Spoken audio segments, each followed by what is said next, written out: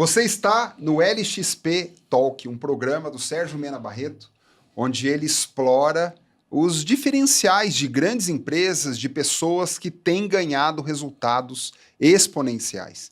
E tem sido uma honra, Sérgio, estar aqui com você, fazendo perguntas, aprendendo junto e contribuindo com todos vocês. E isso faz parte do meu propósito, Sérgio, né? Servir junto com você, organizar todas essas ideias. E nesse episódio, Sérgio, eu quero falar especificamente do mercado farma. Até porque você... Eu acho que não tem alguém, eu acho que não tem uma pessoa que... do segmento farma que não me conheça. Eu acho que não. Mas assim... para o bem ou para o mal?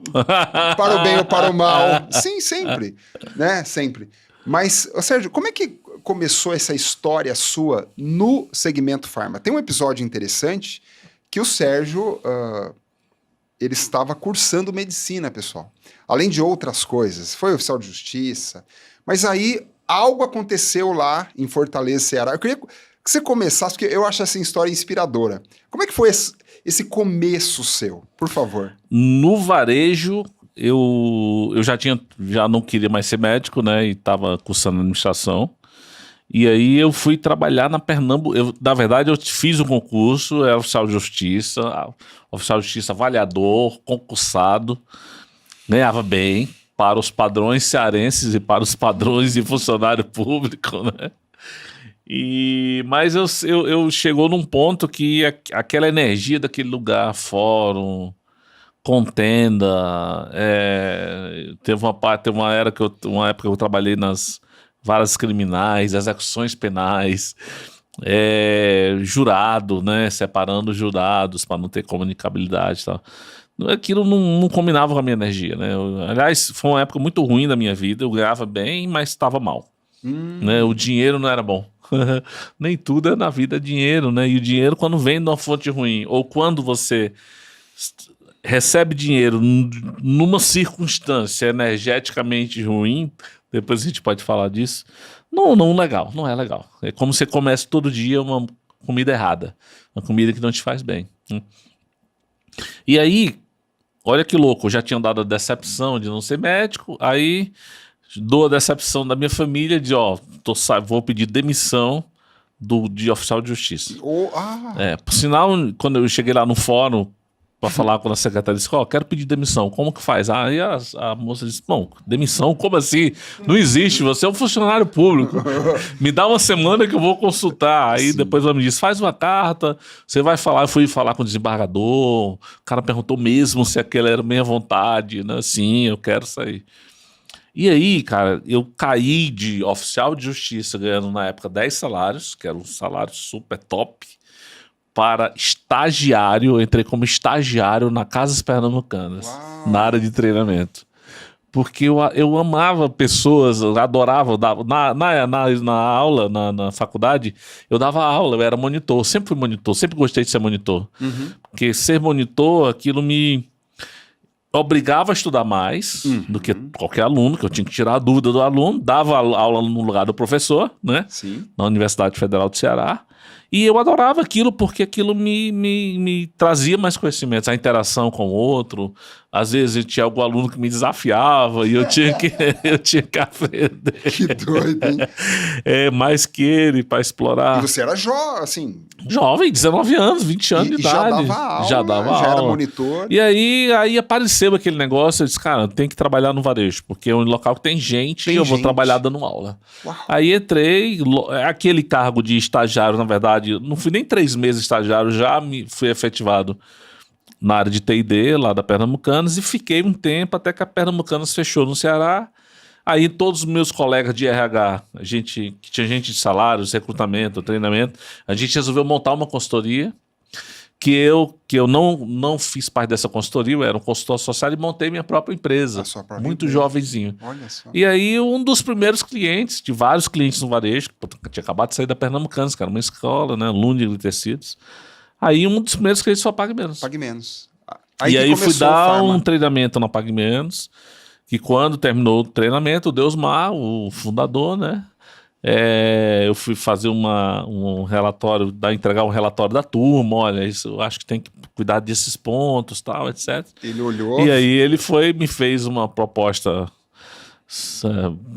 Porque, não, eu não quero o seu relatório, quero que você venha trabalhar para mim, quero que você venha estruturar o RH. E aí daí nasceu minha parceria lá, eu comecei a administrar RH e marketing, na verdade. Aí já estava terminando a administração, já tinha gostado desse negócio do marketing, de gente. Aí era inusitado o meu cargo, eu era de gerente de treinamento, gerente de RH e de marketing. E aí todo mundo dizia, que louco, são duas disciplinas tão distantes, né? E a gente sempre respondia, não, mas quem faz marketing numa empresa de varejo são as pessoas. São as pessoas. Então tá tudo conectado, né? Agora, Sérgio, teve um evento que até hoje, se não me engano, é um evento que permanece o das mulheres, né? Que foi um evento disruptivo, cara. Porque eu vi lá, você levava show, eu lembro Gal Costa, você trazia os players do mercado. Disrupção. O Ceará, na época, e nós estamos falando dos anos 90, era o local que mais matava mulher no Brasil.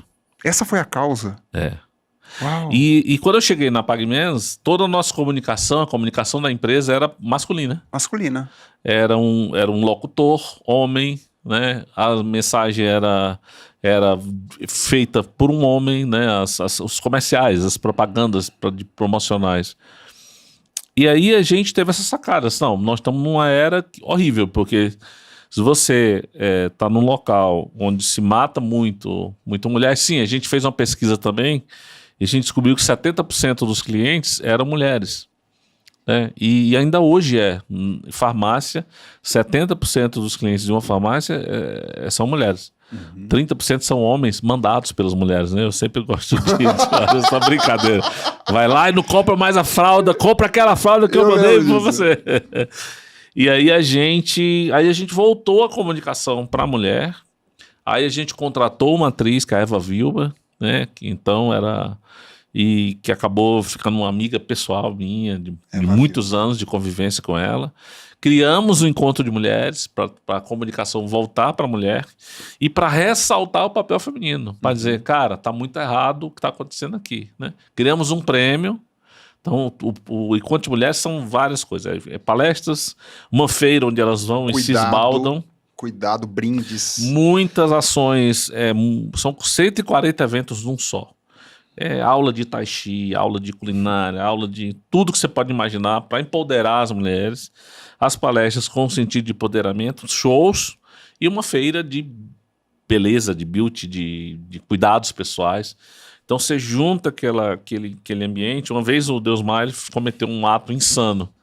O Deusmar sempre abre o evento, todos os dias faz oração, sempre leva alguém para cantar. Aquela forma. E aí no último dia ele chegou para mim, eu tô com ideia. Eu disse, qual é a sua ideia, Deusmar?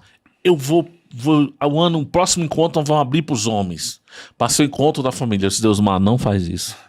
Você vai criar um problema aqui. Esse é o encontro delas. Você vai levar uma vaia. É um espaço para elas. É um espaço das mulheres. Gente, aí ele foi no palco e disse isso e levou uma vaia.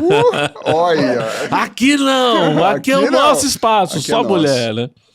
E desse evento, que é uma coisa que hoje leva 20 mil mulheres a cada 3 anos, né? Nasceram vários outros eventos. A gente tem muita honra da Lei Maria da Penha ter sido uma inspiração por isso nesse evento. Maria da Penha é uma mulher cearense, farmacêutica, que o marido simulou um assalto para matá-la e ela ficou paraplégica. E a gente tem muito orgulho de ter levantado essa bandeira, né? E esse evento ele nasceram vários filhotes, muitas associações de mulheres, de empresárias nasceram por causa do Encontro de Mulheres PagMenos. Inclusive, eu estava com outra pergunta para fazer, mas eu lembrei agora de uma ação da Abrafarma, que você é o CEO hoje, sim. Que deu um resultado enorme daquelas mulheres, né, Sérgio? Na pandemia, né? Tô jogando para você, para eu não falar. As mulheres, assim, num determinado momento da pandemia, uma coisa que a gente viveu no Brasil, né? As mulheres ficaram trancadas com os maridos dentro de casa. E descobriu? E descobriu-se um ambiente de violência, porque O que distensiona a violência, distensionava, era o fato do marido sair para trabalhar, voltar só no final do dia, Agora ele tava conviver pouco e estava vivendo 24 horas. Então aquilo se criou um ambiente de tensão. Onde havia uma tensão saudável, beleza. Onde não era saudável, né, um ambiente de agressão, as mulheres começaram a ser agredidas. Sim. E aí um dia a doutora Renata Gil, que era presidente da Associação dos Magistrados do Brasil, me procurou. Disse, queremos trazer para cá uma campanha que já acontece em outros países, que é a mulher chega com um X na mão e ela tem que ser socorrida por alguém e nós escolhemos farmácia porque é o local mais acolhedor e que mulher considera um local que ela se sente segura. E às vezes é o único local que ela sai para ir na farmácia nesse período de pandemia, que é um dos poucos locais abertos, né? Aí a gente treinou as pessoas, a gente combinou tudo. No começo muita gente ficou na Abrafarma, muitos empresários receosos. Mas será que o cara não vem e quebra a minha farmácia e tal? Eu disse, não vai acontecer isso, né? E o nosso papel era acolher, chamar a polícia aí cuidava do resto. Aí levava para a delegacia, fazia... Gente, isso ficou... Centenas de pessoas foram acolhidas. Isso virou lei. Isso virou lei durante o governo passado. Sim, levar um X, foi revisto o Código Penal e tem um artigo lá. Se uma mulher apresentar um X escrito de batom, de qualquer elemento. Hoje os estabelecimentos farmácia, têm placas. Tem. Ou em qualquer. Ele deve ser acolhida, deve ser. Então, assim, é muito interessante. Conectando tudo isso, né? Como a gente, com poucas ações, às vezes, com uma ação estruturada, e claro, eu nunca pensava, quando eu criei o Encontro de Mulheres, e puta, que legal você ter trazido esse gancho. Eu nunca tinha pensado nisso, né? E como isso ia no futuro, ia passar por mim, isso. Né? Essa situação da violência. Você não tinha pensado nisso? Nunca tinha pensado.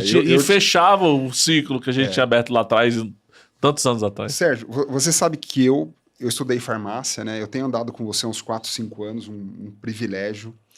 E quando eu olho algumas mudanças do mercado farma, você está presente de alguma forma, né? E quando eu falo, não só a associação que você representa, é o CEO hoje e toda a sua equipe maravilhosa, eu faço parte dela, mas também o Sérgio, a pessoa Sérgio.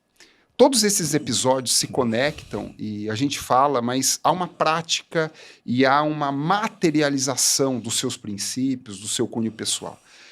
Vamos só resgatar aqui, por exemplo, me ajuda dentro da linha do tempo. Genérico, você estava lá, lei de plantão, você estava lá, mudança de layout de farmácia, você estava lá, serviços clínicos, você estava lá, qualificação nossa como farmacêutico. Lei 3021, a gente eu vi foto sua, eu vejo foto sua. Sérgio, o mercado farma já não é mais, e agora você está vivendo um outro momento, uma defesa de bandeira de que realmente saúde é uma coisa muito séria. Agora, um ponto importante eu sinto e eu percebo, eu acho que o mercado é isso também, eu queria até ouvir a sua percepção, porque é uma pergunta muito pessoal. Você se sente uma pessoa assim, levantada, vou usar o termo Deus, mas como assim, vai ter mudança e eu preciso, Sérgio, que você use as suas habilidades, esse novo olhar? Sim, faz parte do meu propósito, está profundamente conectado com o meu propósito, né? Quando eu tinha 8 anos de idade, 9, 10 anos, eu tinha uma avó materna, que ela era evangélica, dessas que vivia a Bíblia, sabe? Muito pobre.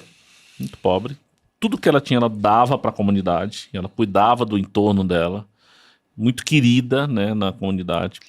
E eu passava férias com a minha avó, então eu aprendi muitas coisas com ela, né? E uma das coisas já tinha vindo tinha acabado de mudar para São Paulo para assumir a Abrafarma, isso foi em 2000, faz 25 anos. E na primeira oportunidade que eu voltei a Fortaleza, eu fui tomar um café da tarde com ela, que era uma coisa um hábito que eu tinha sempre. De vez em quando, comprava pão na padaria, levava, vim tomar café com a senhora. Que honra! Né? E ela também ganhava ela era uma aposentada de um salário mínimo, né? E eu dava mais um salário para completar a renda dela, para ela ter uma melhor qualidade de vida. E fiz isso até ela morrer. E ela, a primeira vez que eu voltei, que eu já era o presidente da Abrafarma, aprendendo aquela luta, né? Muito preconceito, né? Aí ela olhou para mim e disse: você tem consciência do seu papel? Uau. Você tem consciência de que cada vez que você for tomar uma decisão, que você for ajudar numa legislação, numa mudança, que você vai estar impactando, você vai estar mudando a vida dessas pessoas que são os meus vizinhos, os mais pobres e que não têm dinheiro para comprar remédio. A sua avó te disse isso. A minha avó me disse isso, né? Aí eu disse: é para isso que eu tô lá, vó. Eu fui no meu projeto de desenvolvimento, né? Eu achava que... Eu já vivi na Pague Menos, a gente viveu a luta da venda do alheio, como se chamava. Do alheio. Puta, recebia polícia, foi ameaçado de ser preso. Toda a confusão dos anos 90, né? E até sair RDC 44 e toda aquela confusão, sabe? Até a ser aprovadas as leis locais de conveniência e tal.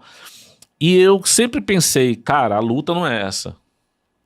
A luta é como que a gente transforma esse negócio de poucas pessoas acessando para muito mais gente, né? Para muito mais... para alcançar as pessoas que são pobres, vizinhas da minha avó, né? E daí, quando surgiu a oportunidade de vir para a Abrafarma, e eu ia ser diretor de uma TV. Eu estava saindo da Pague Menos, eu estava contratado para ser superintendente de um sistema local de comunicação. Salário combinado, participação no resultado, tudo. E eu tive que ir lá para dizer, não vou mais. E era uma pessoa importante, que era dono dessa TV. Quando apareceu a Abrafarma, que o presidente renunciou, mudamos o estatuto, e a entidade ia para um outro nível, né? E aí o Deusmar, que assumiu a presidência do conselho, disse: você tem que ir agora, não vai para negócio de televisão, pô, sei lá, você vai aprender tudo do zero. Aqui você já sabe. Mas eu percebi, não era a oportunidade de morar em São Paulo, de aprender coisas novas, eu sempre vinha só de vez em quando aqui, mas era essa possibilidade, cara, o que eu posso fazer, eu posso atender o meu propósito. Aumentar a consciência das pessoas sobre determinados assuntos, fazer inclusão, dar acesso, fazer esse negócio que eu adoro, ir mais muito longe. Muito longe. E daí nasceu essa epopeia, que são 25 anos como CEO da Abrafarma. A gente poderia ir para outros lugares que você tem uma forte atuação, lado assistencial. O seu livro Voltei, eu tive a oportunidade, gente, de olhar, o Sérgio me mostrou alguns comentários, depoimentos. São diários, diariamente eu recebo. De pessoas assim que disseram, esse livro Voltei, vale muito a pena você ver, inclusive agora, numa edição ilustrada, eu ia falar quadrinhos. Posso falar quadrinhos, Sérgio? Em quadrinhos, no HQ. Os meus filhos amam isso. Mas, Sérgio, o mercado farma, por ele tratar de saúde, e você sempre teve essa mente, muita gente olha e espera uma resposta sua. Por exemplo, na pandemia, o que aconteceu com as farmácias? Né, Sérgio? Só que você já tinha preparado antes a parte... Como que funciona isso, Sérgio? A pandemia Você tem uma voz? Me conta uma coisa. Não, é sério. Espírito que vai... Não, porque, na verdade... Serviço clínico você já tinha separado, você já tinha lei, você já tinha autorizado. Já. E quantas pessoas foram salvas por isso? Na verdade, assim... Me esconda. Na Abrafarma e na minha vida, em qualquer situação, a gente sempre vai olhar muito à frente. Tá. A gente vai olhar, a gente tem quadro do futuro que a gente traz para cá. 5 anos, presente. 10 anos, 20 depende. anos, né? Então a gente sempre olhou, e a gente sempre está antenado com o que acontece fora do Brasil, a gente sempre olhou muito longe. Então os movimentos que aconteciam em outros países, a gente já estava antenado com isso, né? Então por isso que a gente faz missões internacionais todos os anos. Monitora tudo que é evento. Gente, eu vou para 12 eventos por ano, pelo menos, né, internacionais. E quem faz curadoria pra gente vai para outros eventos. E desse olhar para o futuro, porque esse olhar para o futuro é uma coisa que, assim, você vai perceber sinais. Tem coisa que não vale a pena, você vai descartar, porque aquilo não vai rodar. Tá. E tem coisa que vira tendência. A gente sempre olha distante, traz para cá. Isso é um trabalho constante na entidade. Eu parto do seguinte pressuposto, Marcelo. No varejo, cada um dos nossos 29 associados está preocupado com o seu dia a dia. Sim. está preocupado em cuidar da sua árvore. Tá.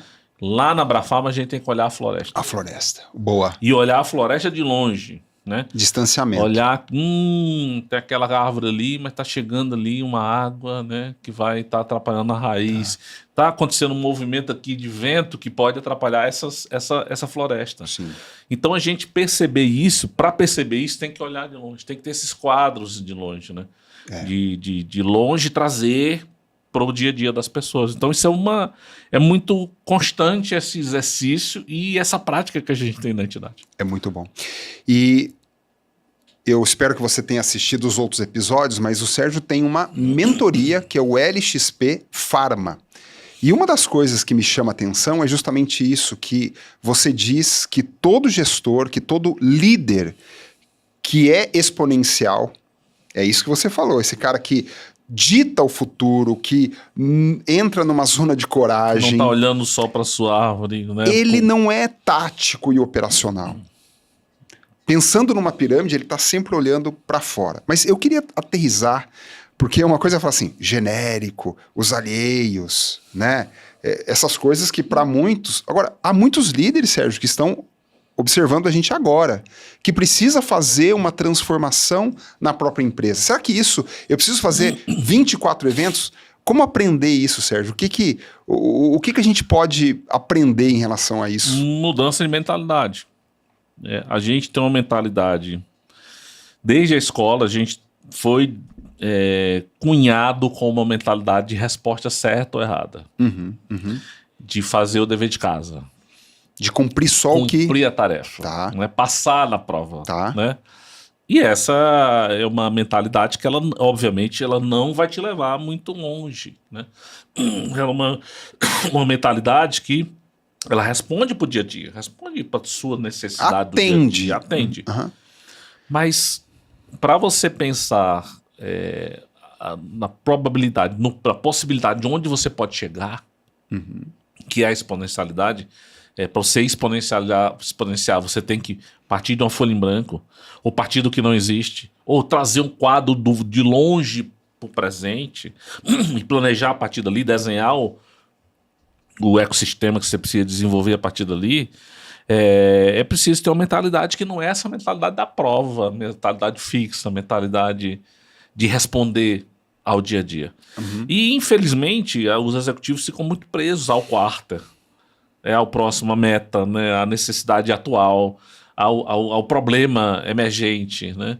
E você tem que ter essa outra mentalidade. É a ambidestria, essa capacidade de você gerenciar bem, responder bem aos desafios do presente, mas ancorado no futuro. No futuro. E aí você vai trazendo elementos que vão criando uma realidade nova, paralela ao desafio que você tem do presente, para você levar a sua empresa para o futuro. E levar mais rápido, levar de forma mais estruturada, levar de forma diferenciada, né, no mercado. Você tem que ter essas duas dimensões aqui, essa ambidestria.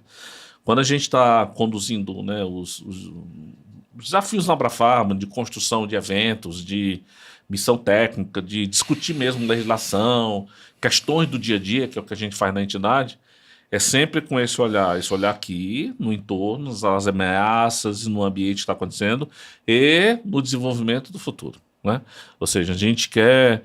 Agora a gente está numa construção, a gente tem uma visão de farmácia clínica no Brasil. Isso. Né? Que a gente trouxe, começou depois da lei 13021, a gente foi...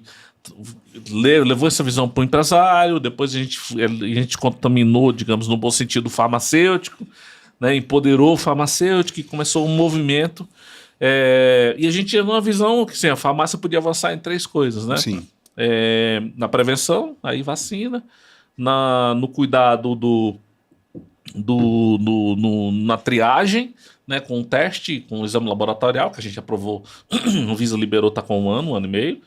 E o terceiro no acompanhamento do paciente, né, que é a questão do pronto atendimento, questão da manutenção da adesão ao tratamento, né? E agora a gente está acrescentando uma 4ª camada, que é a probabilidade da farmácia entrar no campo do pronto atendimento, entrar no campo de se inserir realmente no sistema de saúde para cobrir um buraco que existe Que o no poder sistema, público... né? E a gente é muito hospitalocêntrico no Brasil. A gente é muito caro. A saúde, ao mesmo tempo que ela é universal, ela é muito cara, porque você sempre vai no hospital para resolver um problema simples que você podia resolver numa farmácia. Então, assim, eu estava até olhando para uma primeira reunião que eu vou fazer agora em 2025 para dar visão, né? Para isso. E dizendo, olha, tá faltando uma quarta camada aqui que a gente precisa atualizar urgentemente. Que a gente já começou a falar no Ministério da Saúde, que a gente já começou a falar no Conselho Federal de Farmácia, que a gente já falou em reuniões institucionais. Então, isso já começa, essa visão, a gente tem que atualizar a visão, porque a gente sempre vai estar um pouco mais adiante. Para eu poder construir essa visão do pronto atendimento, dessa camada, tem muitas disciplinas sem ser trabalhadas. Se não começar agora, não vai existir isso no futuro, né? Sim. Então a gente sempre tem essa visão do que pode vir a ser, né? E a gente traz e vira projeto. Vira projeto. Agora, Sérgio, essas mudanças...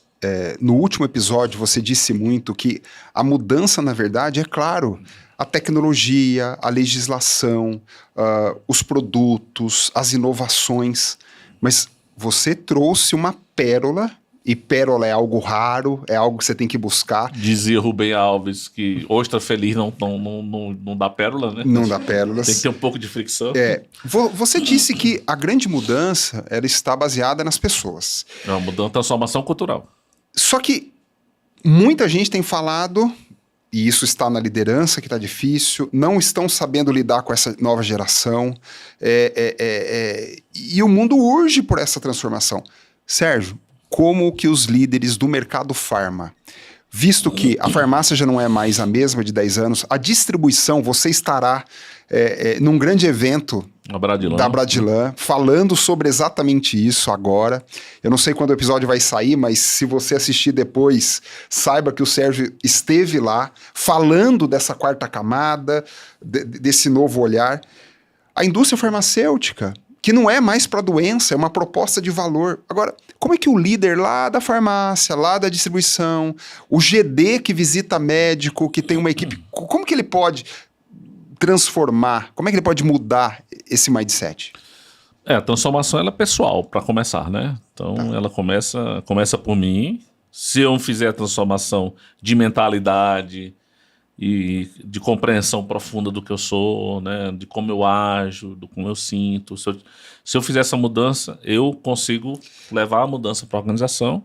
E mudando a organização, transformando a organização, transforma-se a sociedade.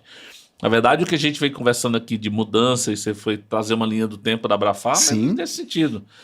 A gente sempre começa mudando a cabeça do empresário. Do dono.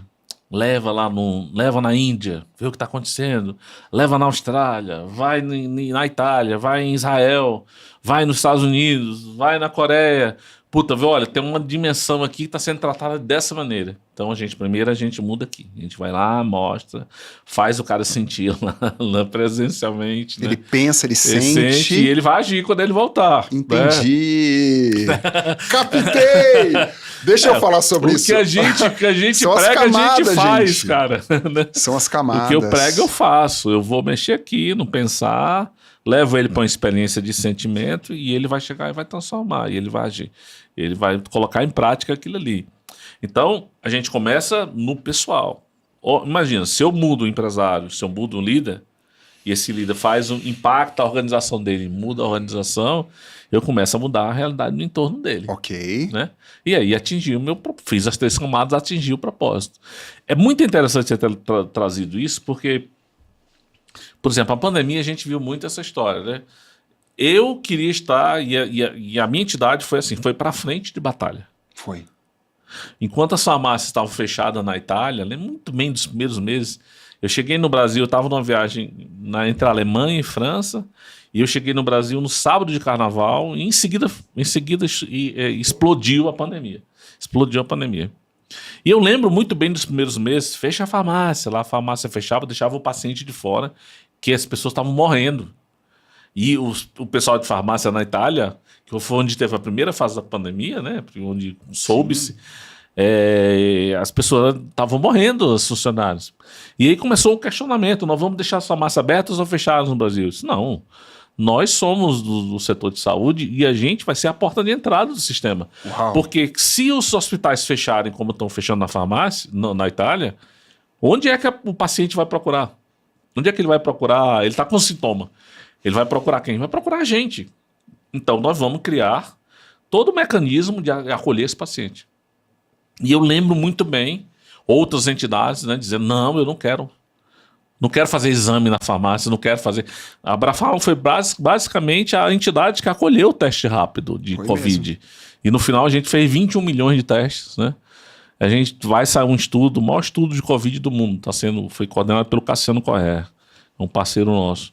E o estudo era para a gente identificar quais eram os principais sintomas. Que todo mundo dizia que era perda de olfato e paladar. Não era. Era dor de cabeça muito forte, dor de garganta muito forte, né? Congestão nasal. O perda de paladar era o 10º. Só que a gente descobriu uma coisa. 1 em cada 10 pessoas que foi atendido numa farmácia estava grave o suficiente, foi encaminhado para o sistema de saúde. Se nós fizermos 21 milhões de testes, nós podemos ter salvo 2 milhões de vidas. Se não fosse a farmácia com essa proatividade, com esse protocolo decisão que nós decidimos, a cabeça, primeiro mudou a cabeça, sentimento, vamos acolher a população, vamos agir, vamos criar os protocolos. Nós somos a primeira entidade a criar protocolos de Covid-19 no varejo. E que depois muitas entidades criaram. Então você tem você usa essa visão, né, para realizar o que você precisa. Então a Covid foi um exemplo prático disso. Se a gente não tivesse criado as salas de serviços, treinado os farmacêuticos para uma coisa que nem existia, muita gente dizia, bom, mas vocês estão gastando dinheiro treinando farmacêutico, porque essas salas nem dão dinheiro, essas salas não servem para nada, faz pouquíssimo atendimento. Isso no maior core da farmácia, explode uma pandemia.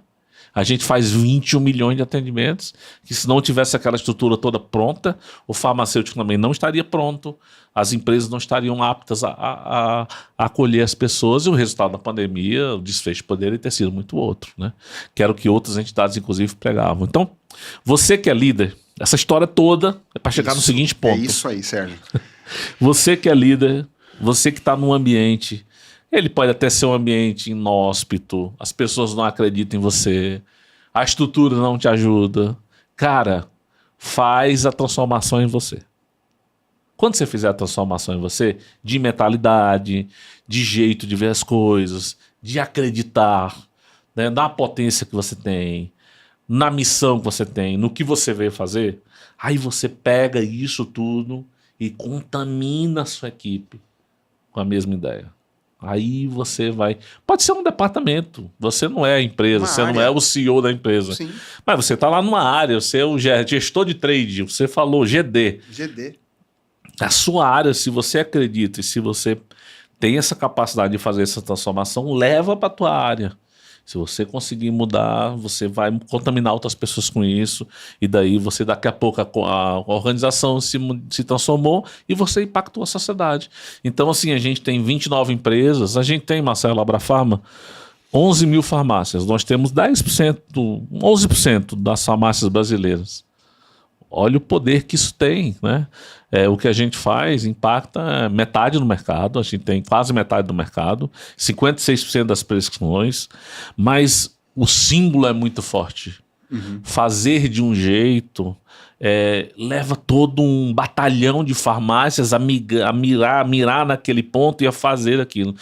E a gente conseguiu ter uma das melhores farmácias do mundo. A gente tem muito orgulho de ter transformado a farmácia brasileira hoje numa das melhores do mundo. Sim. 2 anos atrás eu recebi todas as redes do México, vieram para o Future Trends para ir para um evento.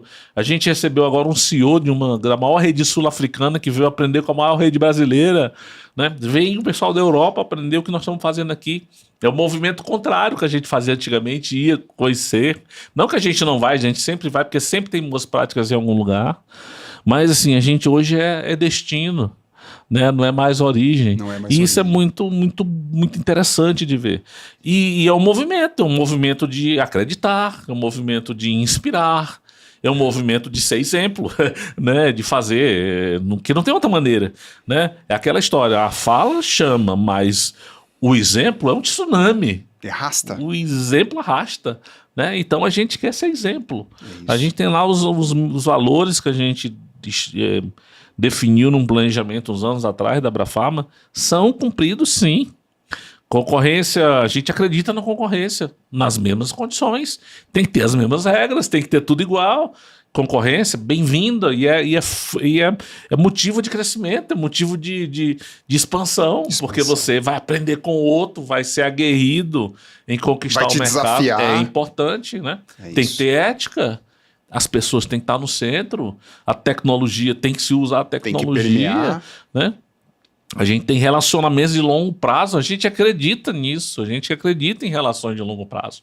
Né? E isso eu pratico dentro da Abrafarma. Minha secretária tem mais de 20 anos de secretária. Tô percebendo. A agência está lá há muitos anos, a assessoria de imprensa está há mais de 25 anos, a assessoria parlamentar está uma dezena de anos pelo menos. A FIA USP, que trabalha com a gente há mais de 25 anos. Então a gente acredita no propósito e a gente tenta fazer com que isso seja praticado no dia a dia. Só que agora, de novo, né, você cumprindo o seu propósito, você já fez muitos treinamentos abertos, você já teve uma empresa de treinamento no passado, você começou, ainda tem, né? Mas assim, com treinamentos abertos. Esse eu não pratico mais. E agora você tomou uma nova decisão exponencial de colocar isso para o mercado farma. E o que esperar, Sérgio? Eu sempre atendi ao chamado. Então, eu trabalhava com empresas do setor automotivo, química, varejo, educação, serviços governamentais, e dava treinamento para todas essas áreas, né? Comunicação, televisão. Sempre atuei em muitas áreas. Mas eu sempre percebi que eu nunca tive, assim, foi também sair da zona de conforto isso, né? Eu percebi que, cara, eu sou o cara do setor farma. Você né? Então, por que eu perco tempo em trabalhar com uma empresa química multinacional só porque está trazendo turma para mim? Não faz sentido. Não. Então, parei todo com essa dispersão de foco. E aí, no ano passado, a gente criou a mentoria LXP, né? Que a gente fez a primeira turma, a turma de fundadores. Você fez parte dessa turma, e eu testei o conceito. Foi uma turma para testar o conceito. Será que isso funciona? E aí a gente agora, o LXP disso, liderança exponencial, né? Tá virando aí a bandeira, é um LXP Pharma. É específico para o setor farma. Tá. A gente vai cada vez mais discutir temas que tem a ver como que a gente avança no setor farma, como que a gente tem visões de longo prazo, como que isso pode ser mais forte, alcançar mais gente, né? E atender ao propósito que é meu, que é seu, que é de todo mundo, né? E aí essa mentoria é uma mentoria que vai durar 6 meses. Uau! Né? Ela tem entregas muito interessantes, né? Reuniões individuais, mas várias reuniões de grupo. O desafio que a gente tem é usar o online para diminuir essa distância, porque não dá para estar em todos os lugares ao mesmo tempo. Para ganhar escala, usar a tecnologia. E tem uma coisa específica aí que já que você provocou, você vai receber. Meu papel é esse. eu gosto de escrever livros. Quantos você já escreveu até hoje? 4. E participei de outros, né? Como capítulo, coordenador, né? E eu tô relançando o Zona de Coragem, que a gente vai falar aqui nos próximos episódios. Totalmente modernizado. Eu fiquei chocado com uma mensagem de um livro escrito em 2008, ainda é atual. Só que ela precisava de uma revisão, e a gente vai relançar o Top 5. Tem o Voltei HQ, que vai ser uma nova versão ano que vem, eu dando spoiler de coisa. Mas eu estou escrevendo um livro chamado Farmácia 5.0. Que joia! O que esperar? Como transformar o seu negócio tradicional no varejo tradicional num varejo exponencial. Ele não vai ser vendido. Não vai? Quer dizer que as pessoas não vão conseguir comprar... Não vão conseguir. Só se participar do LXP. Ele é um instrumento exclusivo para quem estiver na mentoria. Uau! Aí a gente vai discutir estratégia de farma e vai servir para varejo, para indústria, para todo mundo. Mas ele é um produto só, exclusivo, de quem participar da mentoria. Então, uma coisa que a gente vai, daqui a uns 2 meses, esse negócio vai aparecer. E essa mentoria que você já criou, mas para o Farma, o aluno vai ser como a nossa, que teve acesso a você, Sim. que pode conversar com você. Não, acesso maior ainda, porque vai ter sessões individuais. Quer dizer que eu vou poder conversar com você individual, one-on-one. Individual. Eu acho que isso faz uma diferença. Né? Isso faz a gente fez uma mentoria em grupo com um programa também gravado, né, de base. Sim. O programa ele é pessoal. Eu não vim para um estúdio bom como esse aqui. Estamos evoluindo. Estamos evoluindo. Eu gravei pessoalmente, fiz questão de eu gravar pessoalmente para ser uma conversa pessoal. Apesar de a gente estar usando a tecnologia. E foi muito bom. E também a gente vai ter nessa mentoria, nesse formato novo, sessões individuais comigo.